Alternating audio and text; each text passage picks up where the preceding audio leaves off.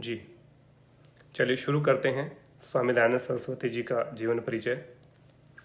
तो सबसे पहले अपने पूज्य गुरुदेव या कहें जिनसे मुझे शिक्षा मिली, जिनसे मुझे प्रेरणा मिली, उनके विषय में 2 पंक्तियां कहना चाहूँगा, उसके बाद व्याख्यान को शुरू करेंगे। जिनसे मुझको मिली प्रेरणा उनके दर्शन हुए नहीं, है मेरा दुर्भाग्य दयानंद ज़्यादा दिन तक जिए नहीं। तो जिनसे मुझे शिक्षा मिली, जिनसे मैं कहूँ कि मैं बहुत सौभाग्यशाली हूँ कि मुझे ऐसी शिक्षाएं मिली, ऐसे आर्य समाज में जाने का मौका मिला और स्वामी दयानंद की शिक्षाओं को पढ़ने का मौका मिला, तो मैं अपने आप को सौभाग्यशाली समझता हूँ। मनुष्य जन्म लेना अपने आप में एक बहुत बड़ी बात है कि जब मनुष्य हम योनि में आते हैं तो बहुत सारी योनियाँ पार करके आना होता है। तो कल ही मेरी बात चल रही थी हमारे एक डॉक्टर प्रशांत जी, उनसे तो कह रहे थे कुछ पुरानी आत्माएं होती हैं। अब आप कहेंगे कि पुरानी आत्माएं क्या होती हैं? पुरानी आत्मा तो कुछ शब्द होता नहीं, तो आप नई बात कहाँ से लेके आ गए? पुरानी आत्माओं का मतलब होता है जो कई बार से मनुष्य योनि में ही जन्म ले रही हैं। एक होता पशु योनि से सीधा मनुष्य योनि में जन्म लेना। तो बहुत सारे ऐसे मनुष्य योनि की जो पुरानी आत्माएं हैं उनके संपर्क में आने का सौभाग्य मिला और अपने आप को संवारने का मौका मिला। नहीं तो आज हम भी पता नहीं कहाँ गर्त में पड़े होते। यदि आर्य समाज नहीं होता तो मैं तो निश्चित रूप से गर्त में पड़ा होता। और जिस तरह से और बहुत सारे हमारे साथी दूसरी लाइन में चले गए, हम भी शायद दूसरी लाइन में चले जाते। लेकिन आर्य समाज का प्रभाव रहा, स्वामी दयानंद की शिक्षाओं का प्रभाव रहा कि हम इस लाइन में नहीं गए और इस लाइन में आ गए, योग के क्षेत्र में आ गए और समाज के क्षेत्र में आ गए, पाखंड से दूर हो गए, अंधविश्वास से दूर हो गए, छुआछूत को हमने बचपन से ही नहीं माना। वो ये शिक्षाएं अपने जीवन में इम्प्लीमेंट करने का प्रयास करते रहे हम। बात 12 फरवरी 1824 ईस्वी की है, जिस दिन स्वामी दयानंद सरस्वती जी का जन्म होता है। 12 फरवरी 1824 गुजरात के मोरबी प्रांत के टंकारा नामक नगर में उनका जन्म होता है।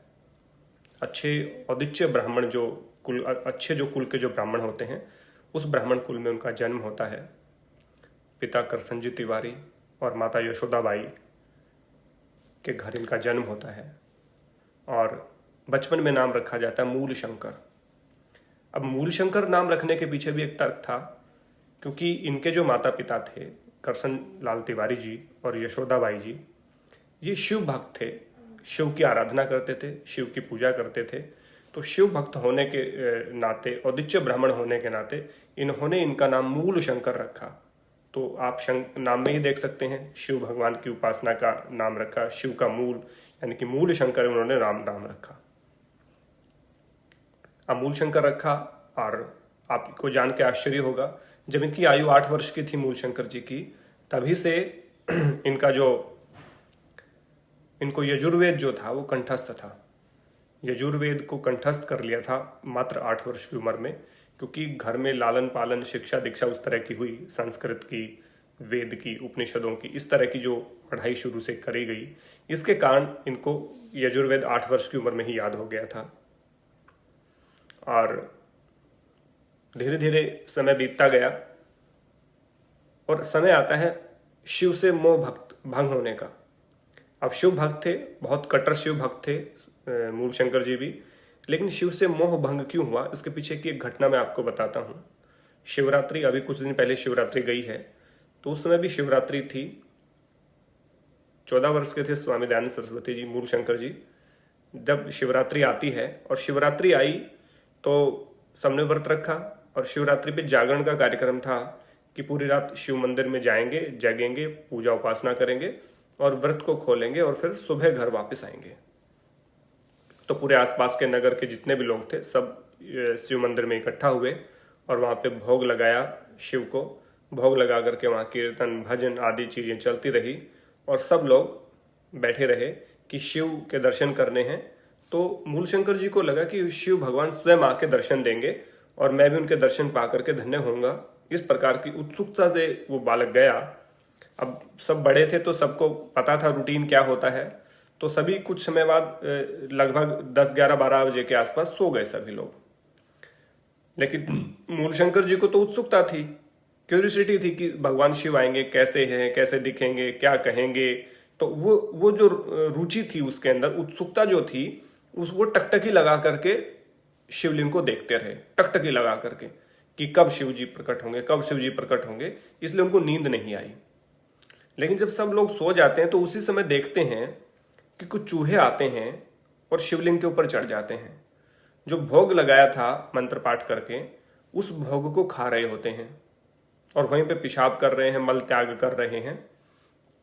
जब ये घटना देखी, उससे पहले जो शिव का वर्णन था कि शिव किस प्रकार से सबके रक्षक हैं, सबके पालनहार हैं, सबकी सुरक्षा करते हैं और सबके सब सर्वंतर्यामी हैं, सबके पालनहार हैं, तो देखा कि कुछ चूहे जिनसे वो स्वयं नहीं डरते, वो चूहे आकर के शिवलिंग के ऊपर उनका जो भोग है वो खा रहे हैं, मलमूत्र का त्याग कर रहे हैं। तो सोचा कि जो शिव चूहों से अपनी रक्षा नहीं कर सकते, वो हमारी रक्षा कैसे करेंगे। यदि मुझे उनके दर्शन हो भी गए तो क्या फायदा होगा, वो तो हेल्पलेस हैं, वो तो अपनी खुद की सहायता नहीं कर सकते। इस प्रकार के जो भाव मन में जागृत हुए, तो वहां से शिव के प्रति मोह भंग हो गया कि ये तो नकली के शिव हैं, मुझे तो असली शिव की तलाश है। तो उनको लगा, उन्होंने उसी टाइम पे उस सभा को छोड़ करके घर चले गए, आधी रात को ही। निर्भीक थे बहुत, कभी भी डरे नहीं किसी बात से, बचपन से ही। जब चले जाते हैं तो माता पिता सुबह देखते हैं कि यहाँ पे तो मूलशंकर तो नहीं है, तो उनको ढूंढा जाता है। जब उनको घर मिलते हैं तो डांट फटकार पड़ती है। उन्होंने बताया घटना कि वो तो नकली के शिव थे, मैं तो असली शिव जानना चाहता हूँ कि जो असली शिव हैं वो किस प्रकार से दिखते हैं, किस प्रकार से क्या करते हैं, क्योंकि वो तो अपनी चूहों से रक्षा नहीं कर पाए। इस तरह की बात बताते हैं, माँ बाप समझाने का काम करते हैं। लेकिन उत्सुकता थी कि सच्चे शिव की तलाश करनी है। अब धीरे धीरे वो तलाश और भी, मतलब जो रुचि थी, जो उत्सुकता थी, वो और भी बढ़ती चली गई। और जब ये 16 साल के थे तो इनकी जो छोटी बहन थी उनकी मृत्यु हो जाती है किसी कारण। जब छोटी बहन की मृत्यु होती है तो वैराग्य का भाव आता है। पहली बार जानने की कोशिश करते हैं कि मृत्यु होती क्या है, मौत होती क्या है, मरने के बाद क्या होता है, ये मरने के बाद शरीर मृत क्यों हो गया, ऐसी क्या चीज थी जो मृत्यु के बाद ये बोल नहीं रही, ये चल नहीं रही, ये मेरे से बात नहीं कर रही। इस प्रकार के भाव उनके मन में जागृत हुए कि मृत्यु के बाद क्या होता है। अब इसको ले जाकर के अंतिम संस्कार किया, इसकी अंत्येष्टि कर दी, इसके बाद क्या। तो इस प्रकार की रुचि उनकी हुई जानने की। लेकिन ये रुचि, ये जो क्यूरियोसिटी थी, ये जो क्वेश्चन थे, ये इनका उत्तर मिला ही नहीं था कि 16 साल की उम्र में, 18 साल की उम्र में, जब 2 साल बाद और इनके चाचा की मृत्यु हो जाती है, फिर से वही घटनाक्रम। तो पूरी तरह से वैराग्य का भाव आ जाता है और पूछने लगते हैं कि मृत्यु क्या है, क्यों होती है मृत्यु, मृत्यु के बाद क्या, कौन करता है मृत्यु, कौन डिसाइड करता है, कैसे ये सब चीजें कैसे होती हैं। इस प्रकार की उत्सुकता लेकर के जब क्वेश्चन करते हैं तो माँ बाप को लगता है इसको तो बहुत वैराग्य हो गया, और एकमात्र बेटा था तो लगा कि ये तो अब इसकी शादी कर दें तो ये गृहस्थ में जाकर के बिजी रहेगा तो ये सही रहेगा।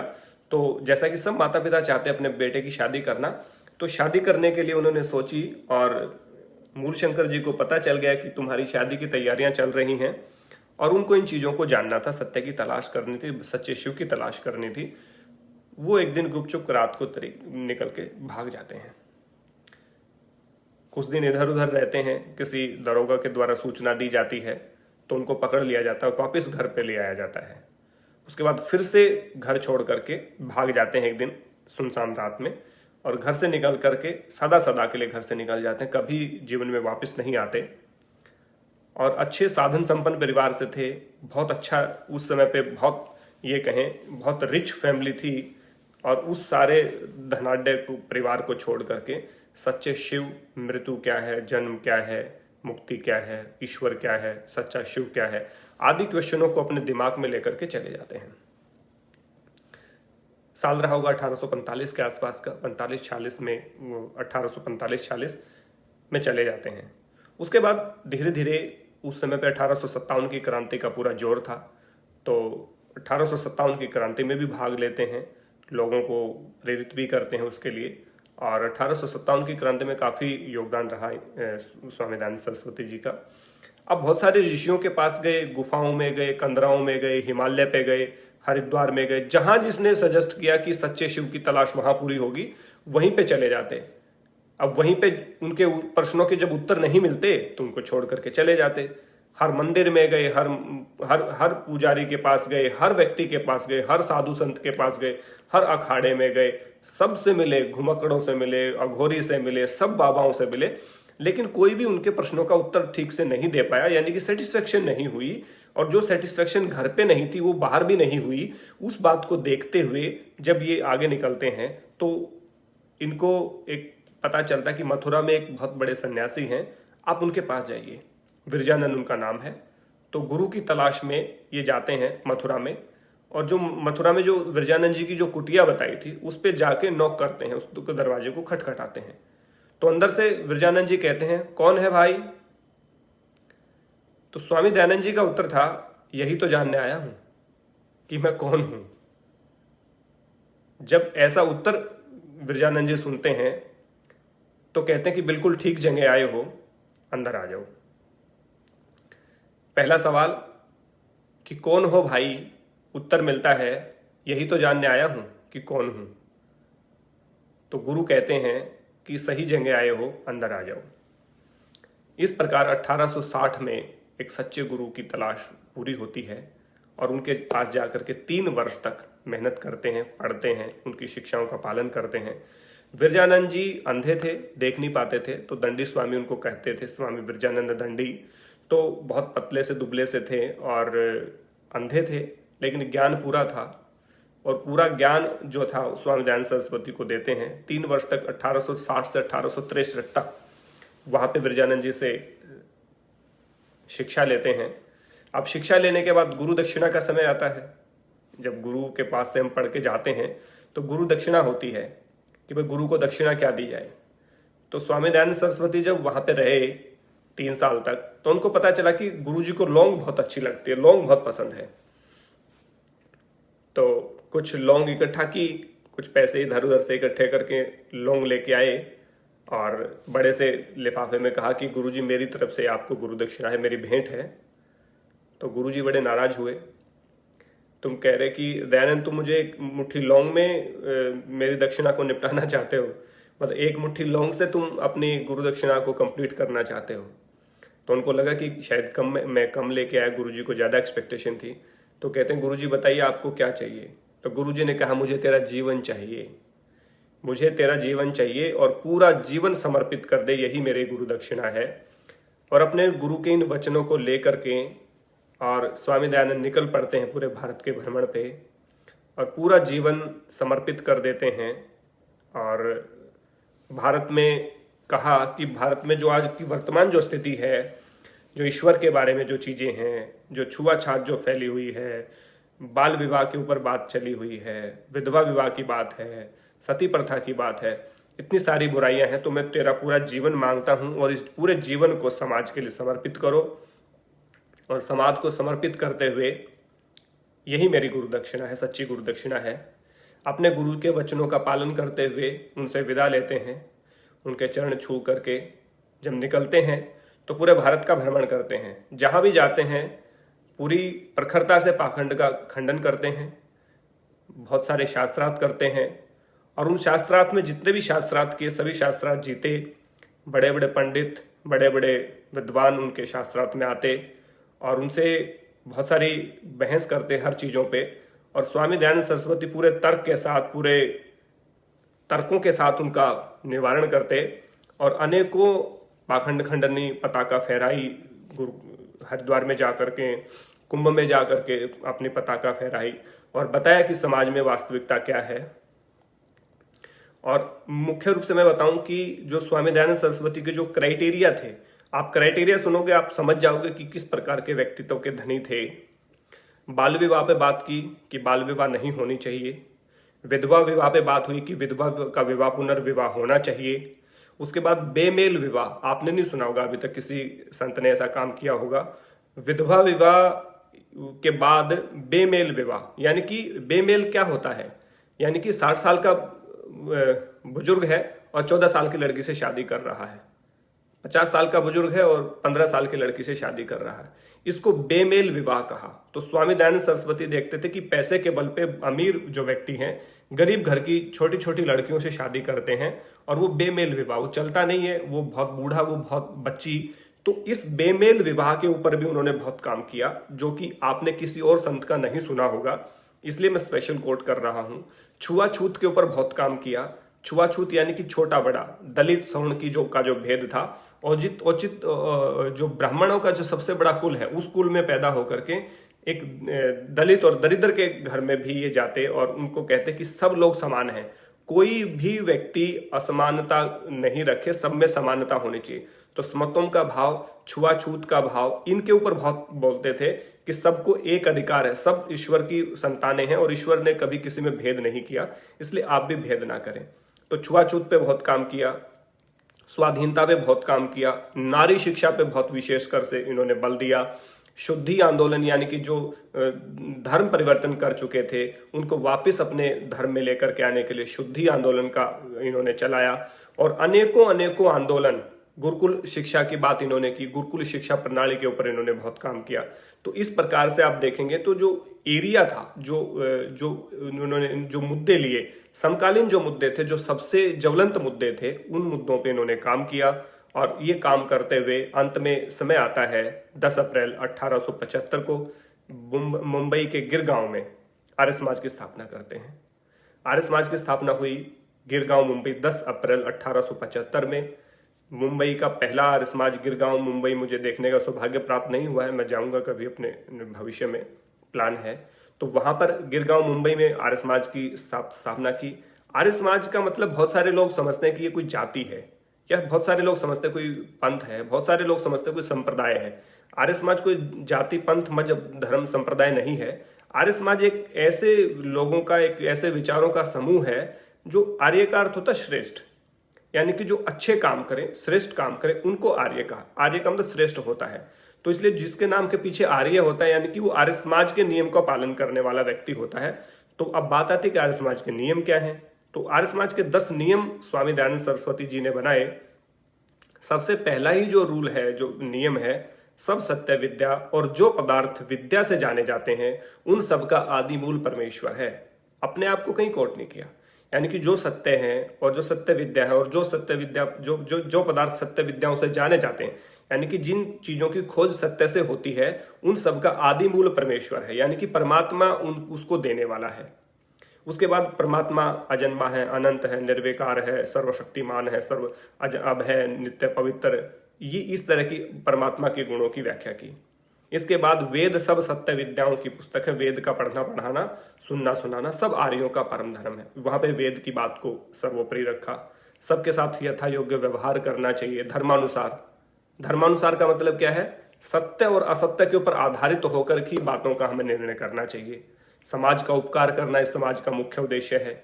माने शारीरिक, मानसिक, सामाजिक और आत्मिक उन्नति करना सबकी। केवल अपनी ही उन्नति में संतुष्ट नहीं रहकर बल्कि सबकी उन्नति में अपनी उन्नति समझना, यानी कि केवल अपनी उन्नति नहीं, सबकी उन्नति की बात करना। तो इस प्रकार से विद्या की वृद्धि करना, अविद्या का नाश करना, सारे जो सामाजिक सर्वहितकारी नियम पालने में सबको परतंत्र रहना चाहिए और सब सर्वहितकारी नियम पालने में सबको स्वतंत्र रहना चाहिए। आदि 10 नियम की व्याख्या की, ये मोटे मोटे मैंने 4-5 आपको बताए।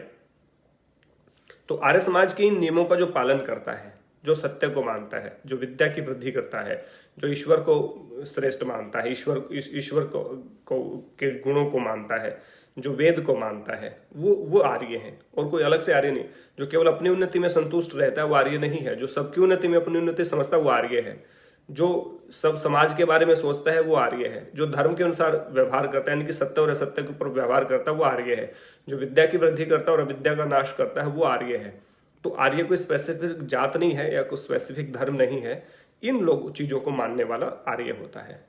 तो आर्य समाज की स्थापना 10 अप्रैल 1875 में गिरगांव मुंबई में करते हैं और उसी वर्ष सत्याग्रह प्रकाश, जिसमें 14 समोल्लास हैं और उसमें हर पहलू को, विद्यार्थी से लेकर के सब पंथों से लेकर के, पाखंड से लेकर के, ईश्वर से लेकर के, सब चीजों की गहनता से जो लिखी पुस्तक 1875 में, वो सत्याग्रह प्रकाश लिखी। सत्याग्रह प्रकाश के बाद 1877 में 75 के बाद 77 में इन्होंने संस्कार विधि लिखी। संस्कार विधि ऐसी पुस्तक है जो संस्कार यानी कि गर्भाधान संस्कार से लेकर अंतिम संस्कार तक 16 संस्कारों का वर्णन जिसमें कहा, संस्कार विधि लिखी। मैं भी ये रचनाएं बता रहा हूँ कौन सी उनकी रचनाएं हैं। ऋग्वेद आदि भाष्य भूमिका उन्होंने लिखी, ऋग्वेद पे और यजुर्वेद पे भाष्य लिखा, पंच महायज्ञ विधि उन्होंने लिखी, गो करुणा निधि उनकी पुस्तक है, बहुत अच्छी है, आपको पढ़नी चाहिए। आर्योपदेश रत्नमाला उन्होंने पुस्तक लिखी। उसके बाद व्यवहार भानु, ऐसी बहुत सारी पुस्तकें हैं, अनेकों पुस्तकों पे उन्होंने काम किया। ये मुख्य कुछ मैंने आपको बताई जो आप पढ़ सकते हैं, जिनके बारे में आपको जानना चाहिए और अपने जीवन में इम्प्लीमेंट भी उन किताबों का करना चाहिए। तो ये पुस्तकें रही और आर्य समाज की स्थापना की। और इसके बाद मैं बात करूं, जब कोई भी बात थी तो बेबाक होकर के बोलते थे। अब इन पे मैं काम कर रहा हूं स्वामी दयानंद सरस्वती जी के और अष्टांग योग को लेकर के कि किस प्रकार से अष्टांग योग को साक्षात रूप से जीने वाला कोई व्यक्ति है तो वो स्वामी दयानंद सरस्वती का जीवन पूरा अष्टांग योग के ऊपर आधारित है। अपनी सत्याग्रह प्रकाश में आसन प्राणायाम की बात लिखते हैं तो महर्षि पतंजलि जी को कोट करते हुए बोलते हैं कि महर्षि पतंजलि जी का जो व्यवहार है, महर्षि पतंजलि जी का योग है वो पालन करने योग्य है पूरी तरह से, और उन्हीं का पुट इनके शिक्षाओं में भी मिलता है। तो पूरे एक योगी का जीवन कहें तो साक्षात योगी कोई था तो स्वामी दयानंद सरस्वती जी का है। इनके मैं कुछ उदाहरण आपको देना चाहूँगा, 2-3 रोचक उदाहरण हैं, आपको सुनने चाहिए। और आप जब सुनेंगे तो आपको लगेगा कि कितना उनमें बल था, कितनी बुद्धि थी, कितना संयम था, कितना धैर्य था, कितना फॉरगिवनेस उनके जीवन में रहा। फॉरगिवनेस का लास्ट एग्जाम्पल मैं दूंगा। उससे पहले मैं एक बात करता हूँ कि जब स्वामी जी का जब प्रवचन होते थे तो बहुत सारे राजा महाराजा उनको सुनते थे तो बहुत अनुयायी होते थे। एक बात की बात है, राव कर्ण सिंह जो राजा थे उनको किसी ने भड़काया कि ये वैष्णववाद के विरोधी हैं और शिव की निंदा करते हैं तो इनको सजा दीजिए। तो राव कर्ण सिंह ने कहा कि इनको तो मैं स्वयं सजा दूंगा, और जहाँ पे प्रवचन चल रहे थे स्वामी जी के वहां जाते हैं गुस्से में और तलवार निकाल करके स्वामी जी के ऊपर प्रहार करते हैं। अब स्वामी जी का शरीर बहुत बलशाली था और निर्भीक थे। उनकी तलवार को पकड़ते हैं और तलवार के 2 टुकड़े करते हैं और उनके हाथ में दे देते हैं और कहते हैं कि मैं एक सन्यासी हूं, मेरा धर्म नहीं है प्रतिघात करने का या आपके ऊपर प्रहार करने का। मैं यहाँ लोगों को जोड़ने आया हूं, तोड़ने नहीं आया। मैं कुछ देने आया हूं, मैं कुछ लेने नहीं आया आप लोगों से, और आप चले जाइए। और मैं चाहूं तो आपको प्रत्युत्तर भी दे सकता हूं, लेकिन मेरा जो सन्यासी का जो धर्म है वो इसकी इजाजत नहीं देता, तो आप चले जाइए। तो जब राव कर्ण सिंह इतने गुस्से में आते हैं, उनकी तलवार को तोड़ करके, जो इतनी मजबूत तलवार थी, अपने हाथों से तोड़ देते हैं उसको और दे देते हैं कि जाइए आप। तो इस प्रकार का शालीनता, नहीं तो गुस्से में आज कोई एक गाली किसी को दे देता है, लोग मर्डर कर देते हैं। तो इस प्रकार का एग्जाम्पल आप देखेंगे राव कर्ण सिंह जी का। उसके बाद एक बहुत ही रोचक मैं आपको एक किस्सा बताता हूँ, बल का ही है ये भी किस्सा। स्वामी जी जा रहे थे तो पुराने समय में रहट से पानी निकालते थे, आप सबको पता होगा। तो रहट होता था वो जो बैल को जोड़ करके घुमाते थे और फिर उससे पानी आता था कुएं से, फिर सब लोग पानी भरते थे, पीते थे। एक गांव की बात है, वहां पे स्वामी जी निकल रहे थे तो वहां रहट, एक छोटी जगह पे था वो रहट, और वहां पे एक इतनी जगह थी जहां पे बैल नहीं जोड़ा जा सकता था, तो उसको हाथों से घुमाते थे। तो उस गांव में एक पहलवान रहते थे, बहुत बलशाली थे। तो वो जो पहलवान आता था वो उस रहट को घुमाता था और तब जाकर के वो पानी निकलता था। क्योंकि वो एरिया बहुत कंजस्टेड था तो एक व्यक्ति ही जुट सकता था, 2-3 व्यक्ति मिल करके उसको नहीं खींच सकते थे, इतना एरिया नहीं था वहां पे। तो एक व्यक्ति के जुड़ने की जगह थी तो एक व्यक्ति ही उसको कर सकता था, बैल भी नहीं कर सकता था। तो वो जो गांव का पहलवान था वो उसको करता था, और जब पानी निकलता था और लोग भरते थे, पीते थे। तो स्वामी जी जा रहे थे तो देखा कुछ महिलाएं उस पे रहट के पास बैठी हैं, और तो उन्होंने कहा कि आप कैसे बैठे हैं, आप पानी क्यों नहीं भर रहे। तो उन्होंने कहा इस रहट को चलाने वाला हमारे गांव में एक ही व्यक्ति है, पहलवान, और वो अभी आया नहीं, हम उसकी प्रतीक्षा कर रहे हैं, वो जब आएगा पानी निकालेगा तब हम इस पानी को भरेंगे, इसलिए उसका इंतजार कर रहे हैं। तो स्वामी जी ने कहा तो मैं समस्या हल कर देता हूँ, मैं चला देता हूँ। तो कह रहे नहीं आपसे नहीं चलेगा। तो कहते आप बैठिए। स्वामी जी ने एक हाथ से पकड़ के उस रहट को चला दिया और पानी को भर दिया। अब जैसे पानी भरा तो सब औरतों ने पानी भरा और अपने खुशी खुशी चली गई गांव की तरफ। अब उधर से वो पहलवान आ रहा था उसने देखा ये पानी कैसे भर के लेके आ गई। तो उसने कहा कि तुम पानी कैसे भर के ले, तो उसने कहा एक बहुत बड़े बलशाली पहलवान आए हैं और उन्होंने चलाया और डायरेक्ट हमने पानी भर लिया। तो उस पहलवान को गुस्सा आया कि मेरे से ज्यादा बलशाली कौन हो गया यहाँ पे। वो गुस्से में गया। तब तक स्वामी दयानंद जी ने पानी निकाला, वहां पे स्नान किया और नहा करके चलने की तैयारी में थे। तो पहलवान ने कहा कि तुम मेरे से ज्यादा बलशाली हो। उन्होंने कहा नहीं, मैं तो बलशाली नहीं हूं आपसे। तो कहा कि मुझे कुश्ती करनी पड़ेगी आपको, मेरे गांव में आपकी प्रशंसा हो रही है और मैं किसी की प्रशंसा बर्दाश्त नहीं कर सकता, तो मुझसे कुश्ती लड़ो, नहीं तो मैं तुम्हें नहीं जाने दूंगा। तो कह रहे कि देखिए मैं कुश्ती लड़ने नहीं आया किसी से और कुश्ती लड़ना मेरा स्वभाव नहीं है। तो एक काम करो, मैंने अभी ये नहाया हूं तो मेरा जो लंगोट है, आप एक काम करो, इस लंगोट को मैंने सुखा दिया, इस लंगोट से निचोड़ करके कुछ पानी की एक बूंद भी आप निकाल दो तो मैं अपनी हार स्वीकार करके चला जाऊंगा। तो पहलवान ने सोचा तो आसान काम है। तो स्वामी दयानंद सरस्वती जी का लंगोट लेकर के उन्होंने निचोड़ना शुरू किया, लेकिन एक बूंद भी नहीं निकली। तो अंत में थक हार के कहा कि इसमें से तो बूंद निकल ही नहीं सकती। तब स्वामी दयानंद सरस्वती जी ने पकड़ के फिर उस लंगोट को निचोड़ा और 2-4 बूंदें उसमें से निकाली। तो पहलवान पैरों में गिर गया और कहा कि मुझे तो अपना शिष्य स्वीकार करिए, आप इतने बलशाली हैं। तो कहा नहीं, आप अच्छे पहलवान हैं निश्चित रूप से, लेकिन जो अहम है, घमंड है, उसको थोड़ा सा कम करेंगे तो और भी ज्यादा अच्छा होगा और ताकतवर कोई भी किसी से हो सकता है। तो ये घटना बल की और मैं बताऊं कि स्वामी दयानंद सरस्वती जी पूना में थे तो 2 बैल आपस में लड़ रहे थे, 2 सांड आपस में लड़ रहे थे। तो सब लोग इधर उधर भाग रहे थे, लेकिन स्वामी दयानंद सरस्वती ने जाकर दोनों बैलों को छुड़वा दिया अपने हाथों से। इतनी निर्भीकता थी उनमें कि बैलों की जब सांडों की जब लड़ाई हो रही, उस सांडों की लड़ाई में जाकर के अपने हाथों से उनको अलग कर देना निर्भीकता का ही परिणाम है, केवल बल का परिणाम नहीं है, निर्भीकता का परिणाम है। कोई राजा आते हैं, शिक्षा लेते हैं और कहते हैं कि मुझे वासना बहुत परेशान करती है। तो कहते स्वामी जी आपको कभी वासना परेशान नहीं करती? तो कहते हैं वासना, उन्होंने विचार किया, उन्होंने कहा कि मेरे पास समय नहीं होता वासना के लिए, मैं अपने आप को खाली ही नहीं रखता, मैं अपने आप को बिजी रखता हूँ, अंगेज रखता हूँ, इसलिए वासना का समय नहीं है और वासना मेरे पास नहीं आ पाती। तो कहा कि आप कोई बल का भी नमूना दीजिए कि जो ब्रह्मचारी होते हैं उनके पास तो बहुत बल होता, ताकत होती है। तो बोला कि हाँ बताएंगे आपको। तो जाने लगे तो उनकी जो बग्गी थी, 4 उसमें जुड़े हुए थे घोड़े। तो जब बग्गी आगे, जो बग्गी का जो संचालक था उसको आगे लेके जा रहा, तो बग्गी आगे ही नहीं जा रही, जो रथ था उनका। तो उन्होंने, राजा ने पीछे मुड़ के देखा तो स्वामी दयानंद सरस्वती ने बग्गी का जो पीछे से हुक होता है, एक हाथ से पकड़ करके उसको ऐसे खींच रखा, उठा रखा था। तो 4 घोड़े भी उसको नहीं खींच पा रहे थे। तब उन्होंने देखा कि हाँ, ब्रह्मचर्य की कोई शक्ति होती है। ब्रह्मचर्य का जीता जागता उदाहरण यदि कोई आपको देखना तो स्वामी दयानंद सरस्वती जी को आपने देखना चाहिए। और फॉरगिवनेस की, माफ करने की बड़ी आदत उनकी रही। एक बार बनारस की घटना है कि बनारस में जो पोंगे पंडित होते हैं वहां पे तरह तरह के संस्कार करने के नाम पे जो पैसे ऐंठते रहते थे, तो उनके शास्त्रार्थ में कुछ उनके खिलाफ बात कही गई होगी। तो उन्होंने कहा कि इसको सबक सिखाएंगे, जब ये नहाने आता गंगा में तो इसको, तैराक जो होते हैं ना, पहलवान तैराक होते हैं जो, उनको कहा कि आप इनको जब ये नीचे जाए ना, इनको नीचे डुबो करके मार दीजिए। ऐसा ही जब वो डुबकी लगाते हैं स्वामी दयानंद सरस्वती जी, तो 2 बड़े बड़े पहलवान तैराक उनको नीचे दबोच लेते हैं और तलहटी में लेकर के जाते हैं गंगा की। अब स्वामी दयानंद सरस्वती जी प्राणायाम करते थे और प्राणायाम करके उनका कम से कम 5 से 6 मिनट का श्वास रोकने का अभ्यास था।